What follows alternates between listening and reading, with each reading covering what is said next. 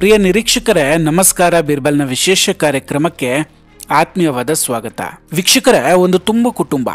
ಇಡೀ ಊರಲ್ಲಿ ಆ ಕುಟುಂಬಕ್ಕೆ ಒಳ್ಳೆಯದಾದ ಹೆಸರಿತ್ತು.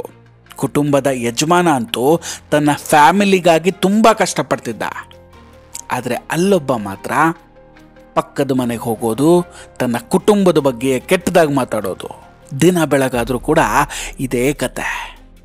ನೋಡಿ, ಒಂದು ಕಡೆ ಕುಟುಂಬದ ಗೌರವವನ್ನು ಕಾಪಾಡೋದಕ್ಕೆ ನಿಂತಹ ಯಜಮಾನ, ಇನ್ನೊಂದು ಕಡೆ ಕುಟುಂಬದ ಮರ್ಯಾದೆಯನ್ನು ಬೀದಿ ಪಾಲ್ ಮಾಡೋದಕ್ಕೆ ಹೊರಟವ.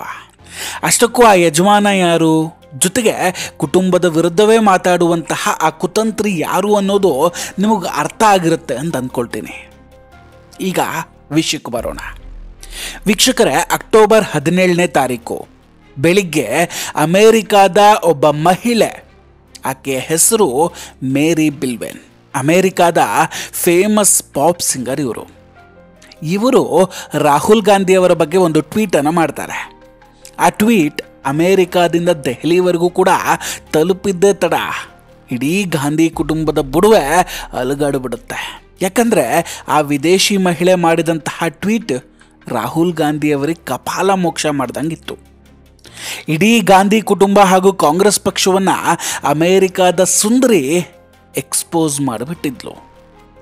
ಇಲ್ಲಿವರೆಗೆ ಭಾರತದಲ್ಲಿ ರಾಹುಲ್ ಗಾಂಧಿಯ ವಿರುದ್ಧ BJPಯ ನಾಯಕರು ಏನಾದರೂ ಹೇಳಿದರೆ ಅಥವಾ ಬೇರೆ ಯಾರಾದರೂ ಮಾತಾಡಿದರೆ ಅದನ್ನು ರಾಜಕೀಯ ಪಿತೂರಿ, ರಾಜಕೀಯ ದ್ವೇಷ ಅಂತ ಹೇಳಲಾಗ್ತಿತ್ತು. ಆದರೆ ಯಾವಾಗ ರಾಹುಲ್ ಗಾಂಧಿಯನ್ನು ಒಬ್ಬ ವಿದೇಶಿ ಮಹಿಳೆ ಎಕ್ಸ್ಪೋಸ್ ಮಾಡಿದ್ರೋ ಅಲ್ಲಿಂದ ಇಡೀ ಕಾಂಗ್ರೆಸ್ ಪಕ್ಷದಲ್ಲಿ ಮೌನ ಆವರಿಸ್ಕೊಂಡು ಬಿಡುತ್ತೆ. ಯಾವುದೋ ಚಿಕ್ಕ ಪುಟ್ಟ ಟ್ವೀಟ್ಗಳಿಗೆಲ್ಲ ಉತ್ತರ ಕೊಡುವಂತಹ ಕಾಂಗ್ರೆಸ್ ಪಕ್ಷದ IT ಸೆಲ್ ಈ ಸಲ ಬಾಯಿ ಮುಚ್ಕೊಂಡು ಕೂತಿತ್ತು. ಅಷ್ಟಕ್ಕೂ ಯಾರು ಈ ಸುಂದರಿ? ರಾಹುಲ್ ಗಾಂಧಿಯವರ ಅಂತಹ ಯಾವ ರಹಸ್ಯವನ್ನ ಅಮೇರಿಕಾದ ಈಕೆ ಬಿಚ್ಚಿಟ್ಟಿದ್ದಾಳೆ? ಡೀಟೇಲ್ ಆಗಿ ಎಲ್ಲವನ್ನ ಹೇಳ್ತೀನಿ. ಒಂದು ಟ್ವೀಟ್ ಹೇಗೆ ಇಡೀ ಕಾಂಗ್ರೆಸ್ ಪಕ್ಷ ಹಾಗೂ ಗಾಂಧಿ ಕುಟುಂಬವನ್ನ ಸಿಡಿಲು ಬಡ್ದಂಗೆ ಮಾಡಿದೆ ಅನ್ನೋದನ್ನ ಖಂಡಿತ ಹೇಳ್ತೀನಿ. ವೀಕ್ಷಕರೇ, ಅಕ್ಟೋಬರ್ 16ನೇ ತಾರೀಕು ರಾಹುಲ್ ಗಾಂಧಿ ಅವರು ಪ್ರಧಾನಿ ನರೇಂದ್ರ ಮೋದಿ ಅವರನ್ನು ಟಾರ್ಗೆಟ್ ಮಾಡೋದಕ್ಕಾಗಿ ಅವರನ್ನು ಹೆದರುವ ಪ್ರಧಾನಿ ಅಂತ ಹೇಳ್ತಾರೆ. ಟ್ವೀಟ್ನಲ್ಲಿ ರಾಹುಲ್ ಗಾಂಧಿ ಅವರು ಹೇಳಿದ್ರು, ನರೇಂದ್ರ ಮೋದಿ ಅವರು ಅಮೇರಿಕಾದ ಪ್ರೆಸಿಡೆಂಟ್ ಡೊನಾಲ್ಡ್ ಟ್ರಂಪ್ಗೆ ಹೆದರಿಕೊಳ್ತಾರೆ ಅಂತ. ಈ ಟ್ವೀಟನ್ನು ನೋಡಿದ್ರೆ ಎಂಥವರಿಗಾದರೂ ಅನಿಸುತ್ತೆ ಇದನ್ನು ಯಾರೋ ಡೊನಾಲ್ಡ್ ಟ್ರಂಪ್ನ ಆಪ್ತರೆ ಮಾಡಿರಬೇಕು ಅಂತ, ಅಥವಾ ಅಮೇರಿಕಾದ ಸರ್ಕಾರದ ಯಾರೋ ಒಬ್ಬ ಪ್ರತಿನಿಧಿ ಇದನ್ನು ಮಾಡಿರ್ಬೋದು ಅಂತ. ಅಕಸ್ಮಾತ್ ಅದು ಯಾವುದೂ ಇಲ್ಲ ಅಂದರೆ ಯಾವುದೋ ಭಾರತದ ವಿರೋಧಿ ಶಕ್ತಿ ಇದನ್ನು ಮಾಡಿದೆ ಅಂತ ಅನಿಸುತ್ತೆ.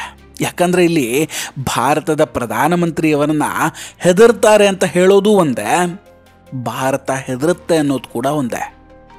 ಭಾರತದ ಶಕ್ತಿಯ ಮೇಲೆ ಇದು ಅನುಮಾನವನ್ನು ಪಟ್ಟಂತೆ.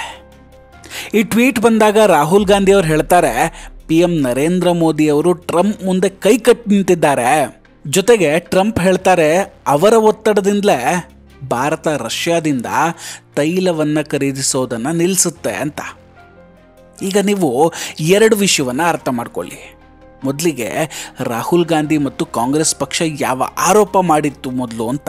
ಇದೇ ರಾಹುಲ್ ಗಾಂಧಿ ಮೊದಲು ಆರೋಪ ಮಾಡ್ತಾರೆ, ಭಾರತದ ಪ್ರಧಾನಮಂತ್ರಿ ನರೇಂದ್ರ ಮೋದಿ ಅವರು ಅಂಬಾನಿಗೆ ಲಾಭ ಆಗಬೇಕು ಅಂತ ರಷ್ಯಾದಿಂದ ತೈಲ ಖರೀದಿಸ್ತಿದ್ದಾರೆ ಅಂತ.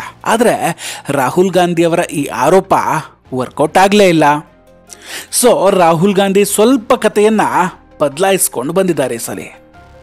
ಈಗ ಡೊನಾಲ್ಡ್ ಟ್ರಂಪ್ನ ಹೇಳಿಕೆಯನ್ನು ಬಳಸ್ಕೊಳ್ತಾ ಇದ್ದಾರೆ.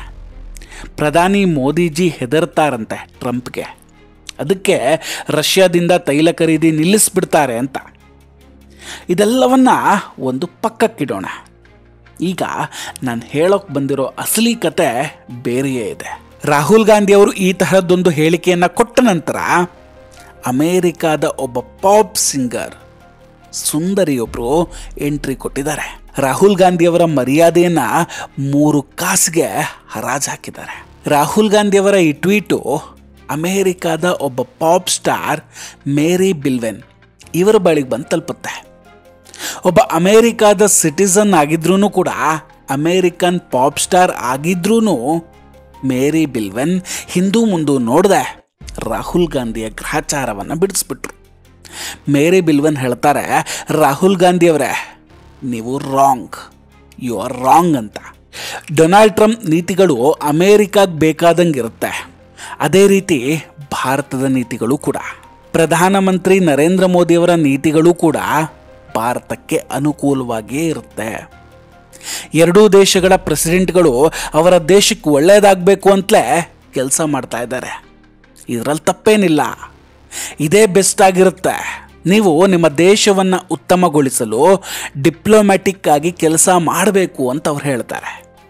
ಇದಾದ ಮೇಲೆ ಆಕೆ ರಾಹುಲ್ ಗಾಂಧಿ ಹೇಳ್ತಾರೆ, ರಾಹುಲ್ ಗಾಂಧಿ ಅವರೇ, ನೀವು ಪ್ರಧಾನಮಂತ್ರಿ ಆಗೋದಕ್ಕೆ ಯೋಗ್ಯರೇ ಅಲ್ಲ.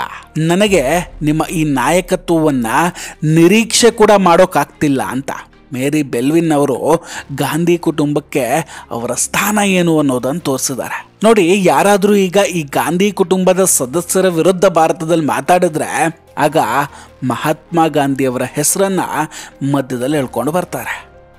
ಸ್ವತಂತ್ರ ಹೋರಾಟ ಅಂತ ಕತೆ ಹೊಡೆಯೋಕ್ಕೆ ಶುರು ಮಾಡ್ತಾರೆ.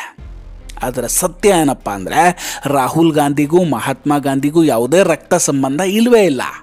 ಆದರೂ ಅವರನ್ನು ಇವರ ಲಾಭಕ್ಕೆ ಅಂತ ಸೇರಿಸ್ಕೊಳ್ತಾರೆ. ಜೊತೆಗೆ ಮೇರಿ ಬೆಲ್ವಿನ್ ಹೇಳ್ತಾರೆ, ನೀವು ಭಾರತದ ವಿರುದ್ಧ ದ್ವೇಷದ ಅಭಿಯಾನವನ್ನು ಮತ್ತೊಮ್ಮೆ ಶುರು ಮಾಡೋಕೆ ಹೊರಟಿದ್ದೀರಾ, ನೀವು ಭಾರತವನ್ನು ಹೇಟ್ ಮಾಡ್ತೀರಾ ಅಂತ. ನಂತರ ಈ ಟ್ವೀಟು ರಾಹುಲ್ ಗಾಂಧಿವರೆಗೂ ಕೂಡ ತಲುಪುತ್ತೆ. ಆದರೆ ರಾಹುಲ್ ಗಾಂಧಿಯವರು ಇದಕ್ಕೆ ಯಾವುದೇ ಉತ್ತರವನ್ನು ಕೂಡ ಕೊಡಲಿಲ್ಲ. ಯಾಕಂದರೆ ಅವರ ಬಳಿ ಈ ಟ್ವೀಟಿಗೆ ಉತ್ತರಿಸೋದಕ್ಕೆ ಯಾವ ಮಾತು ಇರಲಿಲ್ಲ. ಮೇರಿ ಬೆಲ್ವಿನ್ ಅವರು RSS ಅವರು ಅಲ್ಲ, BJP ಕೂಡ ಅಲ್ಲ, ಹೆಚ್ಚಾಗಿ ಭಾರತದವರೇ ಅಲ್ಲ. ಈಗೇನಂತ ಹೇಳೋಕ್ಕೆ ಸಾಧ್ಯ? ಆದರೆ ಇದಾದ ಮೇಲೆ ಕಾಂಗ್ರೆಸ್ ಕಡೆಯಿಂದ ಒಂದು ಫೋಟೋ ಬರುತ್ತೆ ನೋಡಿ. ಆ ಫೋಟೋ ಯಾವುದಂದ್ರೆ ಮೋದಿಜಿಯವರು ಅಮೇರಿಕಕ್ಕೆ ಹೋದಾಗ ಇದೇ ಮೇರಿ ಬೆಲ್ವಿನ್ ಅವರು ಮೋದಿ ಕಾಲಿಗೆ ಬಿದ್ದು ನಮಸ್ಕಾರ ಮಾಡ್ತಾ ಇರುವಂಥದ್ದು. ನೋಡಿ, ಮೇರಿ ಬೆಲ್ವಿನ್ ಅಮೇರಿಕಾದ ಪಾಪ್ ಸಿಂಗರ್. ಭಾರತೀಯ ಸಂಸ್ಕೃತಿಗೂ ಅವರಿಗೂ ಯಾವುದೇ ಸಂಬಂಧ ಇರಲಿಲ್ಲ. ಆದರೆ ಪ್ರಧಾನಿ ಮೋದಿಜಿಯ ಕಾಲಿಗೆ ನಮಸ್ಕಾರ ಮಾಡಿದ್ದಷ್ಟೇ ಅಲ್ಲ, ಭಾರತದ ರಾಷ್ಟ್ರಗೀತೆಯ ಸಾಲುಗಳನ್ನು ಕೂಡ ಹಾಡ್ತಾರೆ, ಸಂಸ್ಕೃತದ ಶ್ಲೋಕಗಳನ್ನು ಹಾಡ್ತಾರೆ. ಇತ್ತೀಚೆಗೆ ದೀಪಾವಳಿಗೂ ಕೂಡ ಭಾರತೀಯ ಸಂಸ್ಕೃತಿಯಲ್ಲಿ ಒಂದು ಹಾಡನ್ನು ಹಾಡಿದ್ದಾರೆ. ಹೀಗೆ ಭಾರತಕ್ಕೆ ಹಾಗೂ ಪ್ರಧಾನಿ ಮೋದಿಯವರಿಗೆ ಗೌರವವನ್ನು ಸಲ್ಲಿಸ್ತಾನೆ ಬಂದಿದ್ದಾರೆ. ಆದರೆ ಇದನ್ನು ಈಗ ಕಾಂಗ್ರೆಸ್ ಪಕ್ಷ ರಾಹುಲ್ ಗಾಂಧಿಯವರಿಗೆ ಮಾಡಿರೋ ಟ್ವೀಟ್ನ ವಿರುದ್ಧ ಬಳಸ್ಕೊಳ್ತಾ ಇದೆ. ಅಮೇರಿಕಾದ ಈ ಪಾಪ್ ಸಿಂಗರ್ PM ಮೋದಿಯವರ ಕಾಲಿ ಬೀಳ್ತಿದ್ದಾರೆ ನೋಡಿ. ಹಿಂಗಿರಬೇಕಾದ್ರೆ ರಾಹುಲ್ ಗಾಂಧಿಯವರ ವಿರುದ್ಧ ಮಾತಾಡೋದ್ರಲ್ಲಿ ಆಶ್ಚರ್ಯವೇ ಇಲ್ಲ ಅಂತ ಹೇಳೋಕ್ಕೆ ಶುರು ಮಾಡ್ಕೊಂಡಿದ್ದಾರೆ. ಹೌದು, ಈಗ ಪ್ರಶ್ನೆ ಮೂಡೋದು ಅಮೇರಿಕಾದ ಪಾಪ್ ಸಿಂಗರ್ ಮೋದಿಯವರ ಕಾಲಿಗೆ ಯಾಕೆ ನಮಸ್ಕಾರ ಮಾಡಿದ್ರು ಅಂತ. ಯಾಕಂದರೆ ಅದು ಮೋದಿಜಿ ಪ್ರಪಂಚದಾದ್ಯಂತ ಗಳಿಸಿರುವಂತಹ ಗೌರವ. ಇದೇ ರಾಹುಲ್ ಗಾಂಧಿಯನ್ನು ವಿದೇಶಕ್ಕೆ ಹೋದಾಗ ಎಂತೆಂಥವ್ರು ಭೇಟಿ ಮಾಡ್ತಾರೆ ಅನ್ನೋದನ್ನು ನಾವೇ ಕಣ್ಣಾರೆ ನೋಡಿದೀವಲ್ವೇ, ಅದನ್ನು ಹೊಸದಾಗೇನಾದರೂ ಹೇಳಬೇಕಾ? ಇದು ಈ ಇಬ್ಬರು ನಾಯಕರ ನಡುವೆ ಇರುವಂತಹ ವ್ಯತ್ಯಾಸ. ಈಗ ರಾಹುಲ್ ಗಾಂಧಿ ಅವರಿಗೆ ವಿದೇಶಿ ಮಹಿಳೆ ಹೇಳಿದ್ದಾರೆ, ಭಾರತಕ್ಕೆ ಅವಮಾನ ಮಾಡಬೇಡಿ ಅಂತ, ಭಾರತವನ್ನು ದ್ವೇಷಿಸಬೇಡಿ ಅಂತ. ಇದು ಭಾರತದ ಶಕ್ತಿ, ಅದರಲ್ಲೂ ನರೇಂದ್ರ ಮೋದಿಯವರ ಶಕ್ತಿ. ಇದು ರಾಹುಲ್ ಗಾಂಧಿಗಾಗಲಿ ಕಾಂಗ್ರೆಸ್ ಅವರಿಗಾಗಲಿ ಅರ್ಥ ಆಗಲ್ಲ. ಇವರು ಈಗ ಸರಿ ಹೋಗ್ತಾರೆ, ನಾಳೆ ಸರಿ ಹೋಗ್ತಾರೆ ಅಂತ ಕಾದಿದ್ದು. ಆದರೆ ಇಡೀ ಜೀವನವೇ ಹೀಗೆ ಆಗೋಯ್ತು. ಇವರೆಲ್ಲ ಭಾರತದ ವಿರೋಧಿಯಾಗಿಯೇ ಬದುಕ್ತೀವಿ ಅನ್ನೋದನ್ನು ಕನ್ಫರ್ಮ್ ಮಾಡ್ತಿದ್ದಾರೆ ಅನಿಸುತ್ತೆ. ವೀಕ್ಷಕರೇ, ನಾವು ಕೊಟ್ಟಂತಹ ಮಾಹಿತಿಗಳು ನಿಮಗೆ ಇಷ್ಟ ಆಗಿದ್ರೆ ದಯವಿಟ್ಟು ವಿಡಿಯೋವನ್ನು ಲೈಕ್ ಮಾಡಿ ಹಾಗೂ ಶೇರ್ ಮಾಡಿ. ಇನ್ನೂ ಕೂಡ ನಮ್ಮ ಬೀರ್ಬಲ್ ಚಾನಲನ್ನು ಸಬ್ಸ್ಕ್ರೈಬ್ ಮಾಡಿಲ್ಲ ಅಂದರೆ ದಯವಿಟ್ಟು ಸಬ್ಸ್ಕ್ರೈಬ್ ಮಾಡಿ ಹಾಗೂ ಬೆಲ್ ಐಕಾನನ್ನು ಕ್ಲಿಕ್ ಮಾಡಿ. ನಮಸ್ಕಾರ, ಟೇಕ್ ಕೇರ್ ಆ್ಯಂಡ್ ಬಾಯ್ ಬಾಯ್. ಮತ್ತೆ ಭೇಟಿಯಾಗೋಣ. ಜೈ ಹಿಂದ್.